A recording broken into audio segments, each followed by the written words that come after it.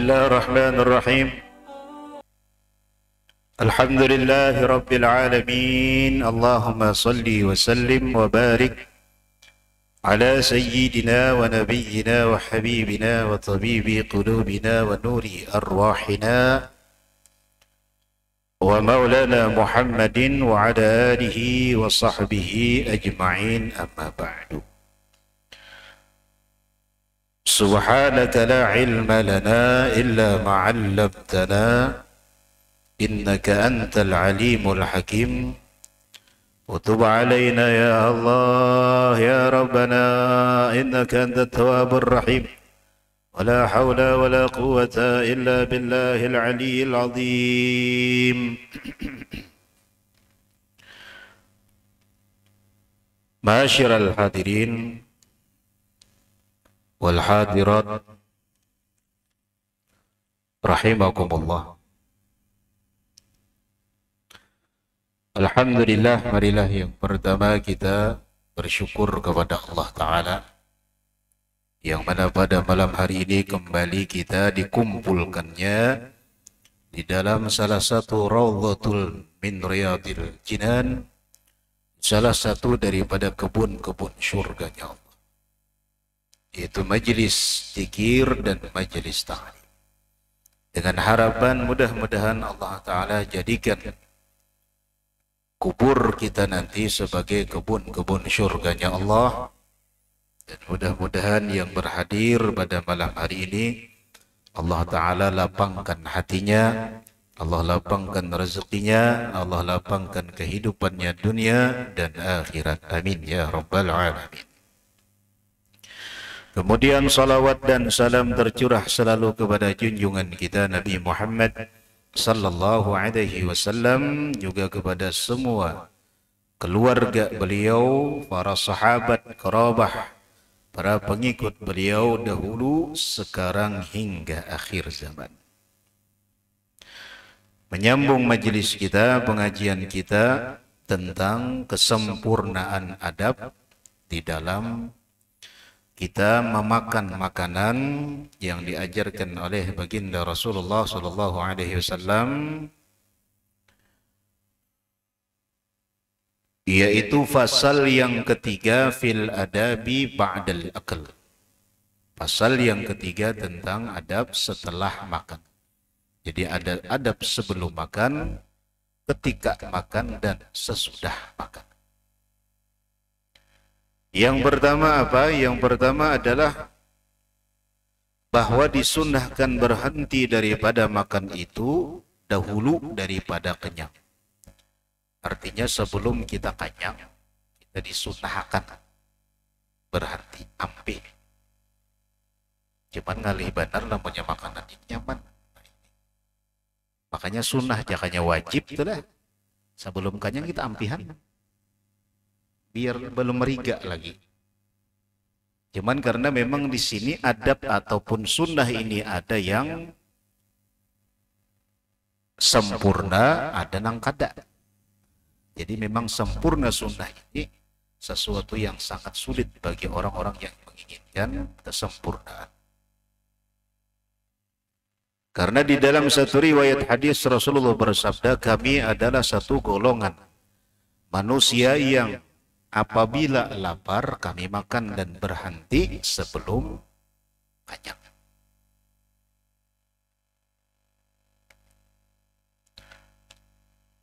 Kemudian yang kedua, sunnah tatkala selesai daripada makan itu menjilati akan tangannya, kemudian maka disapu dengan sapu tangan, kemudian maka dibasuh dengan air.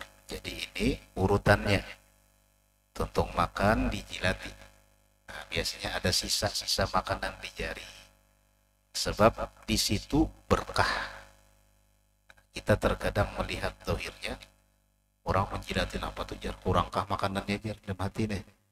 Nah padahal berkah daripada makanan itu ya nang tersisa di tangan kita atau di bekas piring kita itu sisanya. Bahkan semalam disebutkan nasi yang atau bekas makanan nasi, roti ataupun yang lain. Kalau sudah gugur ke lantai, Dan kita kada sengaja, itu ya Rasulullah adalah obat dari semua penyakit. Cuman terkadang kita kada mau mengambil, sudah dikubur ke lantai aja. Nah, padahal di situ Allah turunkan obat daripada semua penyakit. Sebab kadang-kadang kita mengambil nang di lantai rasa kada nyaman, rasanya. Yang dimaksud obat oleh Nabi ini adalah apakah hati kita sebegitu tawadhu'nya mengambil sesuatu yang sudah jatuh ke lantai. Nah, karena kalau sudah rasa tinggi hati ini hilang, kemudian dihiasi dengan tawadhu, dengan rendah hati, maka itu adalah penyakit pertama yang hilang di dalam hati kita. Artinya kalau sudah hati ini lepas, hilang dan selamat, sehat daripada penyakit hati yang bernama kibir, maka pasti awak kita pun akan sehat. Jadi memang luar biasa Rasulullah. Nabi kita SAW, beliau memandang bahwasanya semua penyakit lahiriah ini berasal daripada penyakit batiniah, penyakit hati. Nah, kawakah kita mengambil nang bakas di lantai tadi? Tapi dengan syarat jangan ligat, ini masih bagus saja. Jangan sudah campur tahi lancong macam-macam diambil. Nah, itu kan lain pulang kisahnya. Nah, masih kau dimakan.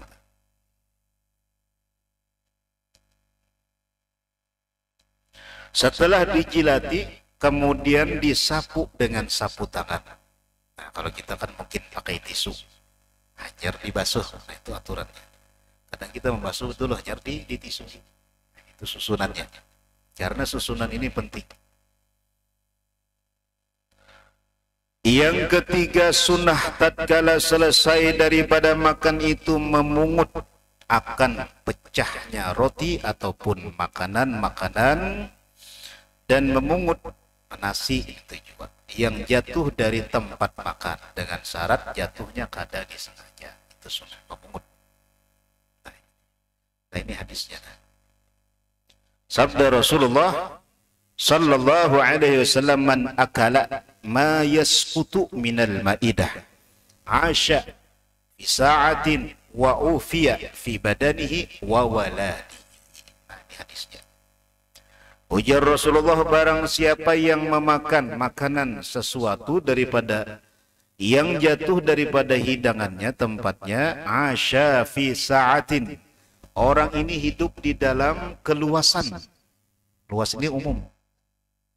Keluasan hidup, luas rezeki, berata luas. Lapang hati pikirannya mah. Ini amalannya kecil aja menurut kita, tapi luar biasa. Bahkan ujar Nabi, wa ufiya fi badanih wa waladih, dan dia diafiatkan di dalam badannya, bahkan anak-anaknya. Coba. Nah, orang Bahari sebiji nasi aja kan kada tersisa. Karena memang orang Bahari bujur-bujur mengamalkan sunnah-sunnah daripada apa yang diajarkan oleh baginda Rasulullah sallallahu alaihi wasallam. Kemudian yang keempat, sunnah menyalat-nyalati akan giginya dengan sesuatu, dan apabila keluar sesuatu makanan itu daripada giginya dengan sebab disalati itu, maka jangan ditelan, melainkan jika keluar dia sebab dihimpunkan dengan lidah, maka yaitu tiada mengapa ditelannya akan dia.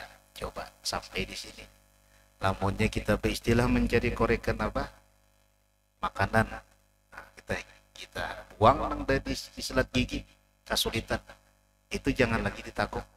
Nyata orang waktu cuma menakuk itu ya sayang. Apalagi kambing makanan itu. Itu jangan. Tapi apabila kalau makanan itu diambil oleh lidah kita, kada pakai kayu, jangan. Itu sunnah ditagok. Kadada di dalam agama lain maatur kayak ini kadada.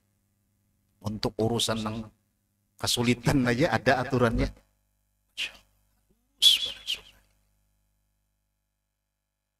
Nah, kita kan tahu urusan dia, tagok atau buang tasarah lah. Yang kelima, sunnah tatkala selesai daripada makan itu menyapu akan bekas makanan yang pada pinggirnya itu dengan telunjuknya, kemudian maka dijilati akan telunjuknya itu. Jadi telunjuk. Nah, jari pun kada sembarangan, mesti telunjuk. Kada jempol, kada kelingking, kada jari manis atau jari tengah. Telunjuk di sapu piring ataupun apa ceper atau mangkuk, jilati.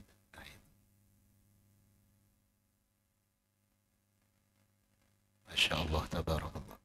Karena riwayat daripada setengah ulama, man la'iqal qus'ata wa ghassalaha wa syaraba ma'aha kana lahu itqud raqabatin wa in iltaqa al-fatat mahrulul hurul ain. Masya Allah. Artinya barang siapa menjilati akan bekas makanan yang di dalam pinggir daripada makanan itu dan membasuh. Menjilati maksudnya setelah dibasuh dengan sedikit air. Dan membasuh akan dia dan meminum dia akan airnya itu. Nah, bekas makanan nih, basuh dan dijilati habis masih ada, disimbur pulang lawan baju, bisa diharu, hanya diminum pulang. Biasalah melihat perguruan kita misalnya. Ada dalilnya sih. Meminum airnya niscaya adalah baginya seperti memerdekakan seorang hamba sahaya ataupun budak dan memungutkan akan lemah, yaitu jatuh itu di itu makanan ia isi adalah memungut daripada jatuhnya makanan-makanan itu adalah salah satu daripada mahar untuk kawin dengan bidadari surga. Nah, coba sebuting makanan aja kita pungut, ini jadi salah satu mahar daripada bidadari surga. Coba sebiji nasi jadi mahar surga jemaah. Tapi jangan istilah dihamburakan barasnya banyak mana bidadarinya nih ya. Lain ulang kisahnya. Atau cacak misalnya suruhnya behera atau sikung teh cacak sikung bidadari. Masya Allah, sesuatu yang ringan di dalam mata kita, pandangan tetapi besar di sisi Allah Subhanahu wa taala. Kita tunjukkan dua buting lagi nih. Kemudian yang keenam, hendaklah ia bersyukur kepada Allah taala dengan hatinya atas zat yang memberi makan akan dia, maka melihat ia dengan hatinya bahwa makanan itu nikmat dari Allah Subhanahu wa taala, sebagaimana firman Allah, kulu min thayyibati ma razaqnakum washkurullah. Artinya makanlah oleh kalian daripada yang terbaik dari apa yang kami berikan dan bersyukurlah kepada Allah. Syukur gawian hati. Artinya hati kita ini rasa himu kawa makan. Nah, kawa makan itu himu. Apalagi misalnya makanannya cucuk lawan kita. Biar kada cucuk pun misalnya alhamdulillah yuk. Dan jangan sekali-kali kita menghina, meremehkan makanan. Apapun makanannya. Kemudian yang terakhir, apabila ia makan yang halal, maka sunnah dibacanya kemudian daripada makanan itu dengan katanya alhamdulillahilladzi bi ni'matihi tatimmus shalihat wa tanzilul barakat Allahumma at'imna thayyiban wasta'milna salihah. Kalau kita yakin makanan ini halal, artinya segala puji bagi Allah yang dengan nikmatnya menyempurnakan amal soleh dan dengannya turunlah keberkahan. Ya Allah, berikanlah kepada kami makanan yang thayyiban, yaitu makanan yang halal, dan berikanlah kami amal yang soleh. Artinya amal soleh itu kuncinya adalah dengan makanan yang halal. Kalau orangnya makanan halal, pasti gawiannya baik, pasti aktivitasnya bagus, pasti ketujuh beribadat. Kenapa orang Rajab ketujuh ke masjid beribadat, senang ke majelis? Dasar halal makanannya. Kenapa orang kada ketujuh ke majelis? Jangan melihat hadir, melihat majelisnya bilang pusing sudah kepala. Atau di majelisnya cuma gelisah. Nah ini kenapa nih harus ada apa-apanya? Nah, ini bahaya. Sama orang masuk masjid.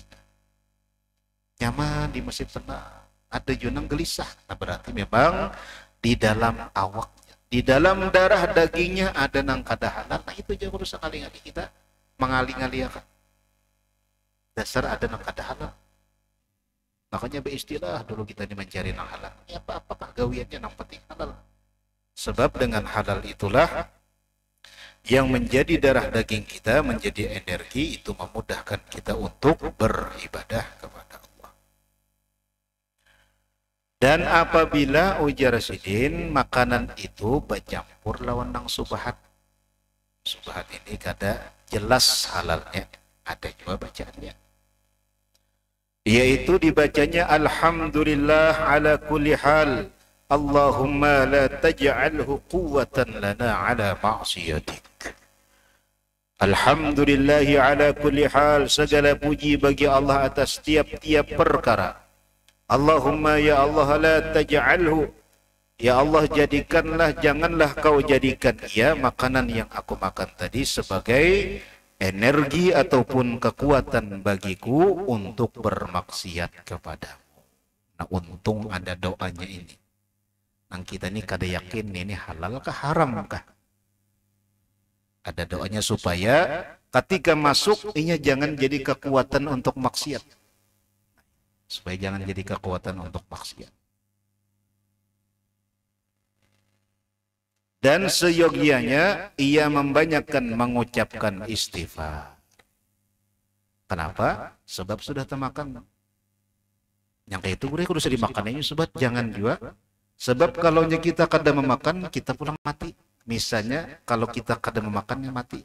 Tapi seandainya mungkin kada jadi cedera ataupun mudarat bagi awak kita, maka wajib ditinggalkan. Karena di dalam hukum fikih ad-darurat tuhdibul mahdurat. Kadang-kadang sesuatu yang haram itu diperbolehkan kalau mudarat. Kalau mudarat bisa lagi yang dimakan. Orang ini kan krisis ekonomi sampai jangankan hendak makan yang nyaman.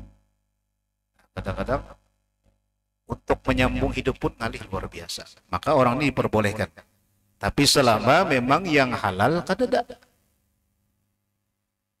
Sebagaimana cerita daripada Sayyidina Abdullah bin Mubarak nang sidin kada jadi bahaji.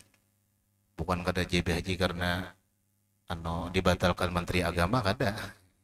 Ini kada jadi bahaji karena sidin menyumbangkan beratan ongkos ini gasan seorang fakir miskin, seorang wanita, seorang perempuan yang ketika itu di perjalanan dilihat sidin mengangkat bangkai kambing. Ajar sidin, wahai ibu itu bangkai kada boleh dimakan. Pian Islam pula, Islam. Nah, tapi jawaban yang didengar oleh Abdullah bin Mubarak ini luar biasa. Ini halal bagi kami, haram bagi pian. Kenapa jadi belain hukum? Maka sama bangkai. Nah, ternyata keadaannya. Pian ada duit, ada makanan. Tapi kami, anak-anakku di rumah, parak 3 hari sudah kada sing makanan. Lamunnya kada makan ini kami mati. Nah, tetangis sidin melihat, mendengar tetangis. Ya Allah, ternyata ada yang lebih hebat daripada pahala haji dan umrah, bahkan 1000 lebih. 1000 kali lebih baik daripada pahala haji umrah, menolongi orang yang fakir miskin yang kelaparan. Sidin pun langsung memberikan tungkarakan kesan macam-macam kesan makanan. Jangan sampai pian serumahan kelaparan. Ada jadi sidin baik. Nah, ternyata Allah balas keikhlasan sidin bersedekah untuk seorang fakir, untuk seorang yang sangat miskin ini dengan Allah Ta'ala mengutus seorang malaikat dari tahun itu sampai hari kiamat yang setiap tahun menghajiakan Abdullah bin Mubarak itu sampai hari kiamat dihajiakan. Jadi setiap tahun malaikat itu turun yang wajahnya malaikat itu diserupakan dengan Abdullah bin Mubarak. Pahalanya gasan Abdullah bin Mubarak, Sayyidina Abdullah bin Mubarak. Apa saja sidin gak jadi bahaji. Tapi pahala haji saban tahun, bukan cuma tahun itu, tapi saban tahun sih dapat transferan pahala. Masya Allah, tabarakallah. Ini dengan karena keikhlasan sendiri. Masya Allah. Mudah-mudahan kita dapat keberkahan daripada orang-orang soleh, daripada para ulama, para aulia kita. Dan mudah-mudahan apa yang diajarkan oleh guru-guru kita di dalam kita mengamalkan sunnah-sunnah daripada sunnah Nabi SAW dipermudah oleh Allah Subhanahu Wa Taala dengan harapan mudah-mudahan Allah ampuni dosa-dosa kita, Allah luaskan rezeki kita, Allah jadikan anak-anak kita saleh dan salihah, dijadikan mereka para ulama, para aulia Allah Ta'ala, yang mudah-mudahan Allah Ta'ala mengumpulkan kita di dunia, dan mudah-mudahan Allah kumpulkan kita di dalam syurga Firdausil A'la bersama baginda Nabi kita Muhammad sallallahu alaihi wasallam.